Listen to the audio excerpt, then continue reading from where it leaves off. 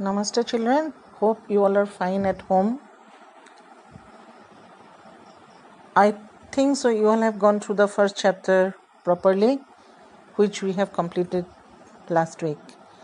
Today I am with the second chapter of history, Socialism in Europe and the Russian Revolution. This chapter I will try to complete in 4 phases. And today is the part 1. Here is a brief description about Russia before Russian Revolution. The Russian Revolution took place in the year 1917. During that time, monarchy was there. Russia was ruled by Tsar Nicholas II. They belonged to the Romanov dynasty. Spread of socialism emerged in Russia after French Revolution. The socialist revolutionary leader at whose initiative the Russian Revolution broke out was Vladimir Lenin, and the Russian Revolution spread out with the idea of socialism in 20th century Russia. That means here the main concept after Russian Revolution will be deal on socialism. What is socialism? Socialism means where all people are considered equal. There will be no owner, no worker.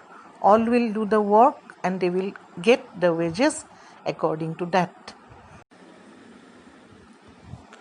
The French Revolution opened up the possibility of creating a dramatic change in the way in which society was structured. As you have read, before the 18th century, society was broadly divided into estates and orders, and it was the aristocracy and the church which controlled economic and social power. Suddenly, after the revolution, it seemed possible to change this. In many parts of the world, including Europe and Asia, new ideas about individual rights and who controls social power began to be discussed. Not everyone in Europe, however, wanted a complete transformation of society. Responses varied from those who accepted that some changes was necessary but wished for a gradual shift to those who wanted to restructure society radically. Some were conservatives, others were liberals or radicals. We will look briefly in some of the important political traditions of the 19th century and see how they influence change. Then we will focus on one historical event in which there was an attempt to a radical transformation of society. Through the revolution in Russia, socialism became one of the most significant and powerful ideas to shape society in the 20th century. As I mentioned you earlier, in the society all wanted changes, but they had ideological differences. Here are the 3 groups: the liberals, the radicals and the conservatives who wanted change in the society. The liberals were one group who wanted change in the society. They wanted a nation which tolerates all religion. In 19th and 20th century, they opposed absolute power. They favored for safeguard of individual rights and the advocate democratic setup of government. They favored a well-trained autonomous judiciary. They cannot be called Democrats as they did not favor universal adult franchise. On the other hand, the radicals wanted universal adult franchise. They wanted a nation in which the government was based on the majority of country's population. They disliked the power in the hands of few people. They were not against the existence of private property, but they had some kind of opposition with the liberals. On the other hand, the conservatives The conservatives opposed the radicals and the liberals. After the French Revolution, however, even conservatives had opened their minds to need for change. Earlier in the 18th century, conservatives had been generally opposed to the idea of change. By the 19th century, they accepted that some changes were inevitable but believed that the past had to be respected and change had to be brought about through a slow process. That means they prefer monarchy. They opposed universal adult franchise. So such type of social changes clash during the period after French Revolution, and it had deep impact in different parts of Europe. These political trends, the concept of liberals, radicals and conservatives, were sign of a new time. It was a time of profound social and economic changes. It was a time when new cities came up and new industrial regions developed. Railways expanded and the Industrial Revolution occurred. Industrial Revolution means, children, where new machines and tools were invented and the means of productions are done with the help of these machines. Industrialization brought man, women and children to factories. Work hours were often long and wages were poor. Unemployment was common, particularly during time of low demand of industrial goods. Housing and sanitation were problems since towns were growing rapidly. Liberals and radicals searched for solution to these issues. They were often these liberals and radicals, as they were often property owners and employed, so they wanted to bring changes to the existing type of government in Europe by 1815.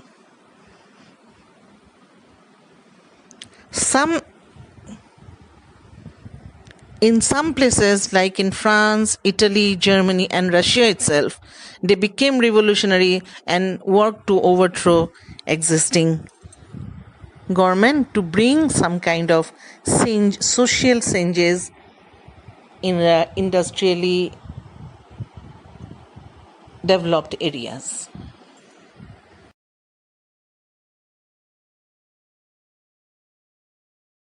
Perhaps one of the most far-reaching visions of how society should be structured was socialism. By the mid-19th century, in Europe, socialism was a well-known body of ideas that attracted widespread attention. Socialists were against private property and saw it as the root of all social evils. Why? Individuals owned the property that gave employment, but the property were concerned only with personal gain and not with the welfare of those who made the property productive. So if society as a whole rather than single individual control property, more attention would be paid to collective social interest. So socialists wanted this change and campaigned for it. So different socialist leaders in different period of time have come up with different vision. Robert Owen, a leading English manufacturer, sought to build a cooperative community called New Harmony in Indiana. Other socialists felt that cooperative could not be built on a wide scale only through individual initiative. In France, for instance, Louis Blanc wanted a government to encourage cooperatives and replace capitalist enterprise. Here, Louis Blanc said that government should encourage for building of more cooperatives which will be replaced by capitalist. Now here for you children, capitalist is a new word. In an economy, capitalism or capitalist means the owner who employed workers to earn more and more profit for them. It is just opposite of socialism. Then Karl Marx, he wanted a socialist society where all properties would be socially controlled. That is, all production unit should be nationalized. That means the government should control the production unit. There will be no owner, no worker.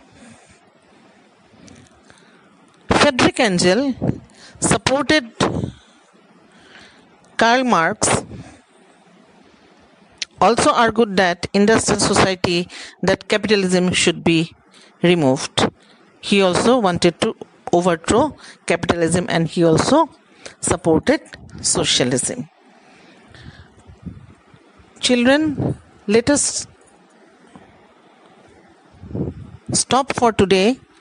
You go through your book and you go through the thing, this Russian Revolution.